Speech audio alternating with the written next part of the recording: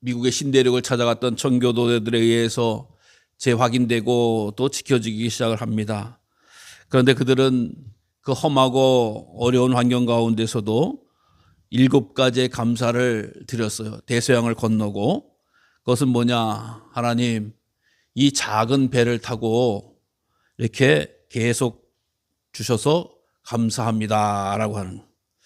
또 이 배가 이렇게 천천히 갔는데도 어쨌든 대서양을 건넌 것을 감사드립니다. 또 2사람이 배를 타고 가는 동안 죽었지만 한 아이가 태어나서 감사를 드립니다. 또 폭풍으로 큰 돛은 부러졌지만 배가 파손되지 않아서 감사합니다. 여자 몇이 파도에 휩쓸려 떠나갔는데 모두 구출돼서 감사를 드립니다. 또 아메리카 신대륙 갈랬더니 거기에 원주민들이 그들이 올라오는 걸 싫어하고 공격해서 어디에 도착할까 고민했지만 좋은 또 원주민들을 만나서 좋은 지점으로 상륙할 수 있어서 감사를 드립니다. 또 오다가 고통스러운 가운데 힘든 가운데서도 다시 우리 유럽으로 돌아갑시다라고 주장하지 하는 사람이 한 사람도 없었다라고 하는 것이 그 감사합니다. 즉 그들의 출발서부터 그 험난한 그 대서양의 파도 가운데서 각종 어려운 일을 다 겪고 이렇게 도착을 해서 드린 7가지의 감사입니다. 어떻게 보면은 사실상 그렇게 감사할 일이 별거 없을 것 같은 그런 내용이지만 이 청교도들은 믿음의 감사의 고백을 했다라고 하는 거예요. 올 한 해도 거친 파도를 이렇게 대서양과 같이 건너서 우린 여기까지 오신 줄로 믿습니다. 모두 다 좋은 일만, 행복한 일만, 기쁜 일만 있어서 온 게 아니라 그래도 거칠고 힘들고 와다 보니까 여기까지 왔는데 그것이 모두 다 감사의 재료가 되시기를 간절히 주님의 이름 부탁을 드립니다. 어떤 방송을 듣다 보니까 요즘 뷔페 가서 한 끼만 먹어도 조선시대 어떤 왕보다도 최고로 식사를 한 것이다 라고 말을 하는 얘기를 들었어요. 우리들의 시대가 정말 풍요롭고 감사가 넘치는 시대가 되어져서 우리가 감사를 잘 모르는 것 같다라는. 서양 속담에도 들어보니까 이런 이야기를 하더라고요. 하늘에서 주 천사가 와서 주시옵소서 소원과 간구를 드린 바구니와 감사합니다라고 하는 바구니를 가지고 내려와서 기도를 담기 시작을 하는데 여러분 잘 아시다시피 주시옵소서 간구하는 것은 금방 채워졌다는 거예요. 근데 기도하면서 감사합니다라고 하는 바구니는 덜 채워진다. 서양도 마찬가지라고 하는 거예요. 조금만 말을 바꾸고 조금만 생각을 바꾸면 주시옵소서라고 하는 거지만 그것도 모든 것에 대해 감사할 줄 아는 게 바로 기도의 본질적인 내용이거든요. 여러분 우리가 기도를 깊게 하고 기도를 간절히 하다 보면 주시옵소서의 기도가 나올 수밖에 없습니다. 그러나 기도의 시간이 더 양쪽으로 많아지고 깊어지면은 모든 것에 대해 감사하는 시간이 채워지는 줄로 믿으시길 바랍니다. 그래서 내가 곰곰이 내 기도를 한번 체크해 보세요. 내가 기도하는 사람인데 라고 이야기만 하지 마시고 기도하면서 목사님 어떤 감사 기도 제목 쫙 적다가도 하나님 감사합니다. 감사합니다. 감사합니다. 라고 나오면 나는 기도의 사람이다 라고 인정하고 감사하시기 바랍니다. 근데 아직도 감사한 걸 모르고 맨날 것만 달라고 주셔야 됩니다 라고만 하다가 끝나면 그 다음날도 또 계속 이어서 주셔야 됩니다라고 하는 것만 하다 끝나면 그건 기도가 아니에요. 떼쓰는 거예요. 어떻게 보면. 하나님 모든 것에 대해서 감사를 드리고 이것도 생각해 보니까 감사를 드리고 감사를 하는 그런 은혜가 있으시길 바랍니다. 왜냐하면 이미 누가복음 17장에서 나병 환자 10명의 이야기를 우리가 잘 알잖아요. 10명이 똑같이 나음을 입었지만 돌아와서 감사한 사람은 몇 명? 1명이었다라고 하는 거예요. 이거 무슨 얘기를 하는 거냐라고. 성경에서 하는 말씀이 전혀 틀린 말씀이 아니잖아요. 9은 다 제 갈 길로 갔지만 한 사람만, 즉 한 명 10의 1조 정도만 하나님 앞에 주님 앞에 다가와서 감사한다라고 하는 성경의 말씀인 것 같아요. 그래서 정말 우리가 이렇게 귀한 절기를 맞이하면서 다시금 감사가 회복되고 감사의 마음이 충만하시기를 바랍니다. 이스라엘에게는 3대 절기가 있었잖아요. 그것은 6월절, 77절, 초막절. 그래서 6월절은 보리 추수가 끝나고 77절은 밀 추수가 끝나고 또 이게 장막절, 초막절은 모든 과일의 추수가 끝나고 하나님 앞에 감사하는 그런 절기다라고 하는 거예요. 그러면서 오늘 본문의 말씀에서 이것은 꼭 지켜라라고 하는 말씀을 해주는 거잖아요. 어떻게 감사를 지켜야 되는데 너와 내 함께 자녀들과 함께 즐거워하라라고 하는 거예요. 여러분 우리 주변에서 보면 추수할 때 풍년이 이랬을 때 보면은 거둬들이는 분은 신나잖아요. 아유 남들은 잘 안 됐다는데 나 올해 풍년이야 대박이야 하면 얼마나 감사해요. 아이고 내가 땀 흘린 거 정말 너무 풍성하게 거둘 수 있어서 너무 좋다라고 하는 당연한 거죠.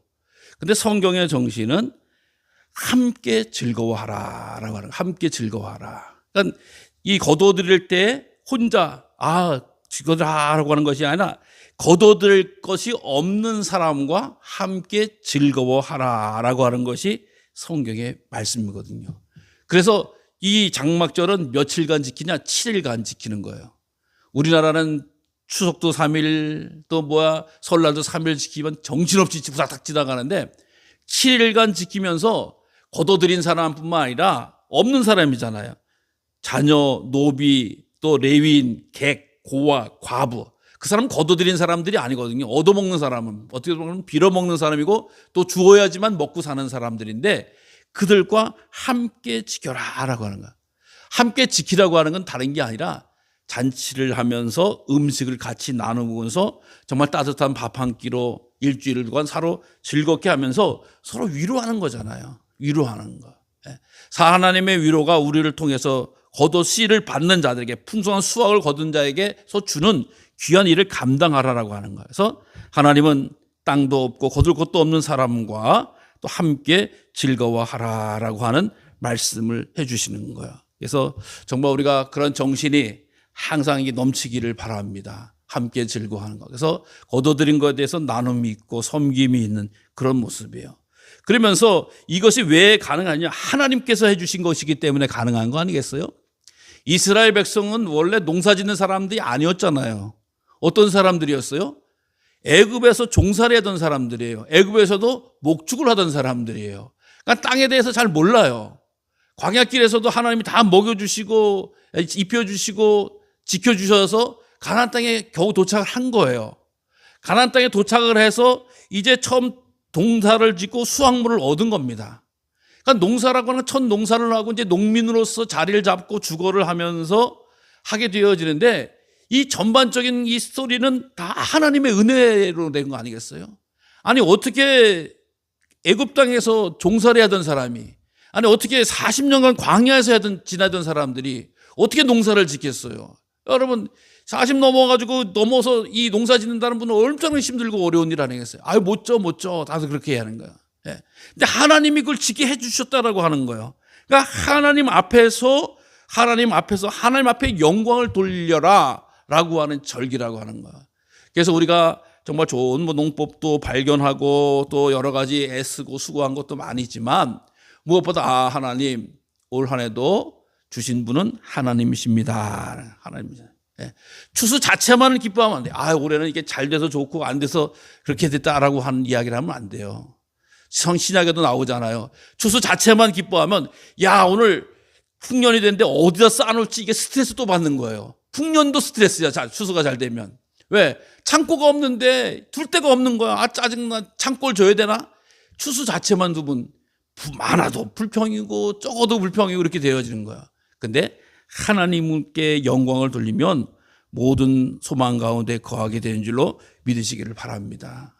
사랑하는 성도 여러분, 우리가 살아가는 동안에 정말 이렇게 달마다 추수하고 큰 감사를 이렇게 느끼는 절기를 지키기는 어렵지만은 오히려 우리의 일상 속에서도 늘 감사를 발견하시되 특별히 어려운 일 당할 때에 불평하거나 원망하거나 실망하지 말고 위로받으시기를 바랍니다. 자료를 보니까 9.11 테러 때요 많은 사람들이 살아났다는 거야. 근데 어떤 사람들이 살아났느냐라고 하는 걸 봤더니 어떤 일이냐? 어떤 회사의 임원은 애가 유치원 가는데 유치원을 데려다 주느라고 지각을 했다는 거야.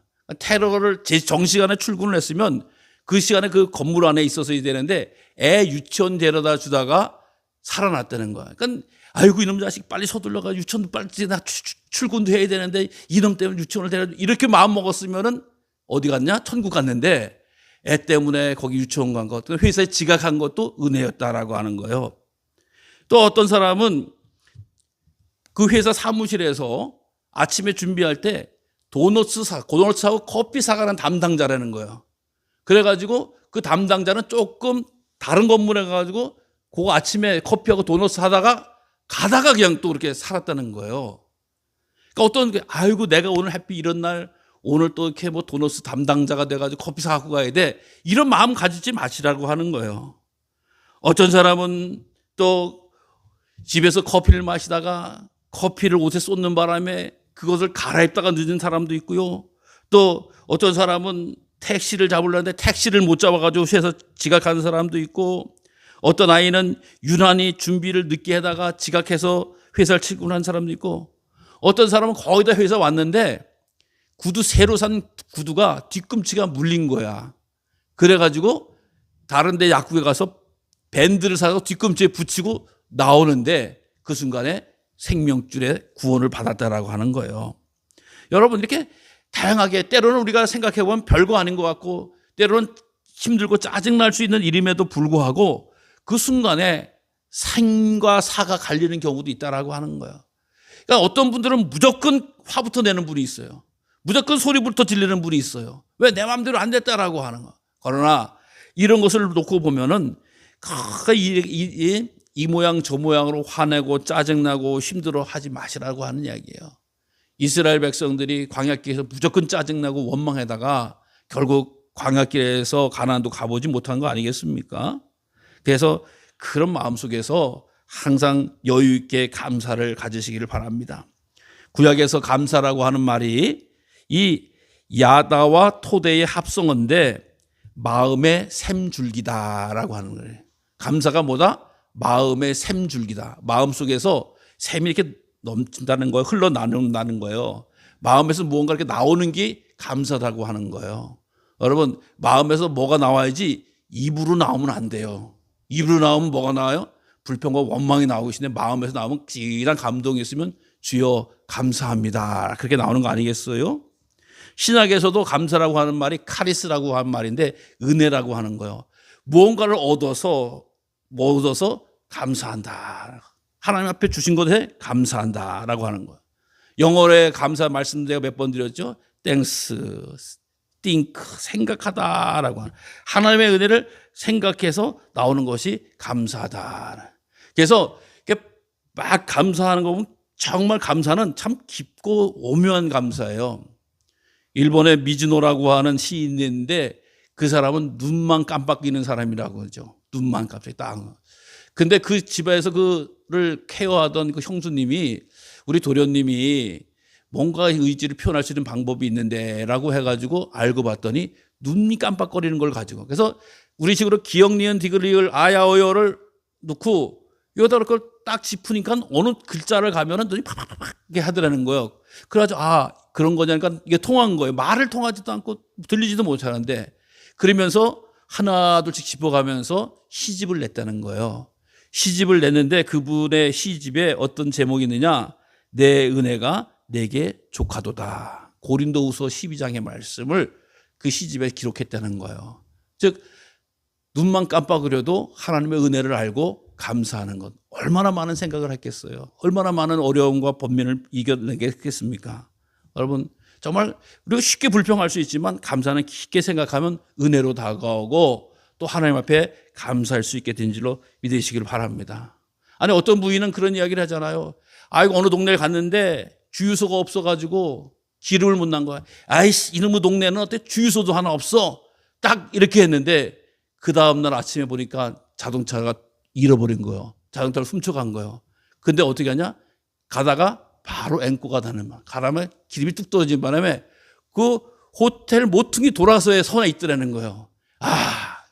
기름 안 채우는 것도 감사구나. 기름 없는 게. 만약에 기름이 있었다고 하면 어떻게 됐을까요? 빠이빠이 하고 그냥 차 없어지는 거예요. 여러분 우리나라 같은 경우는 그렇지만 외국 같은 경우 차 잃어버리면 어디서 찾겠어요? 그 넓은 나라에서. 아, 없는 것도 감사하는 일이구나라고 하는 거예요. 그래서 신구약에 보면 약 한 275번이나 감사라고 하는 말씀이 나옵니다. 여러분 저는 또 오늘 우리 함께 그 주보에 보면 가운데 할아버지 그림 많이 보셨죠? 많이 못 보셨나요? 어디서 본 적은 있죠? 이게 뭐예요? 할아버지가 뭐 하는 거예요? 식사기도 하는 거죠. 그래서 식사가 근데 뭐예요? 빵, 또 스프예요, 스프. 지구에게는 우리 지구에서 그냥 빵하고 스프만 놓고 성경책 앞에서 기도하는 거예요. 사실 이 제목이 뭐예요? 할아버지의 기도예요? 물론 노인의 기도, 기도하는 노인이다라고도 이야기하고 또 혹은 감사의 기도다라고도 해요. 근데 원래 이름이 은혜예요. 또 그레이스, 은혜라고 하는 거예요. 여러분 서양 식사에서 빵 하나 놓고 이 스프 하나 놓고 그냥 빵을 그냥 스프에 찍어 먹는 거잖아요. 그래서 뭐 좀 있어요. 잼도 있어야 되고 여기다 놓으면 고기도 있어야 되고 좀 채소도 있어야 되는데 그냥 마른 빵 하나하고 스프 그냥 뭐 무슨 스프인지는 알 수가 없는데 그냥 국 같은 거 끓여서 그걸 저기다 적셔 먹는 거거든요. 그래서 옆에 성경책 놓은 거예요. 근데 이게 1818년 우리나라가 1919의 3.1운동 일어나기 전해에 찍은 사진을 그림으로 그린 거예요. 사진가 에릭 엔스트롬이라고 하는 사람이 자기 아버지가 로다 엔스트롬이라고 하는 그 양반이 아버지 에릭 엔스트롬이라고 하는 사진을 찍어 놓은 거를 자기가 딸이 그림을 그린 거예요. 그리면서 이것을 걸어 놓고 야, 이거 가진 것이 적어도 감사할 수 있다라고 하는 신앙적인 메시지를 전해주는 거죠. 그래서 하나님 앞에 감사하는 모습으로 전 세계를 휩쓸고 아마 우리도 다 알고 있는 이런 그림이 되어졌다라고 하는 거예요. 기도가 겸손과 감사의 모습을 보여주면서 우리들의 삶 가운데서 손가락에 혹은 내 잔고에 또 내가 가지고 누리는 것에 많지 못하다고 할지라도 감사의 마음을, 감사의 자세를 잃지 마시기를 바랍니다. 추수감사할 때 정말 많이 주신 것도 감사하지만 여기까지 있는 것도 감사하시고 때로는 내가 기대했던 것에 못 미친 것에라도 감사의 제목을 찾아보시기를 바랍니다. 감사는 그냥 얻는 게 아니에요. 생각하셔야 돼요. 파고 들어가야 돼요. 주님, 내게 감사 제목을 주세요. 찾아주세요. 허락해 주세요. 라고 하는 거 찾아 들어가면 정말 진한 감사가 넘쳐날 줄로 믿습니다. 당연히 감사해야 될 것은 마음 많잖아요. 곡식 있으니까 감사해야 되고 하늘 거뒀으니까 감사해야 되고 당연한 것을 빼놓고 당연한 것 너머에 있는 감사를 생각하시길 바랍니다. 사단은 그때를 통해서 절망을, 원망을, 두려움을, 불씨를 자꾸 심어놓으려고 해요. 그것을 마음 열고 받아들이면 안 돼요. 인정하면 안 돼요. 하나님, 나도 이 시간을 통해서 감사하기를 원합니다. 나도 이 시간을 감사를 고백하기를 원합니다. 자신감을 가지시라고요. 그래서 두들기시라고요. 그것을 파내시라고요. 그래서 나도 감사할 것이 이렇게 많았구나. 나도 이것이 참 감사하네. 라고 하는 것이 차고 넘치시기를 바랍니다. 그래서 우리 성도님들이 이 감사의 절기에 모두 다 감사해서 행복하시고 주께 영광 돌린다라고 하는 것을 꼭 기억하시면서 하나님의 복이 충만하시기를 간절히 주님의 이름으로 축원합니다. 하나님 감사합니다. 절기를 주셔서 또 이렇게 구별하시고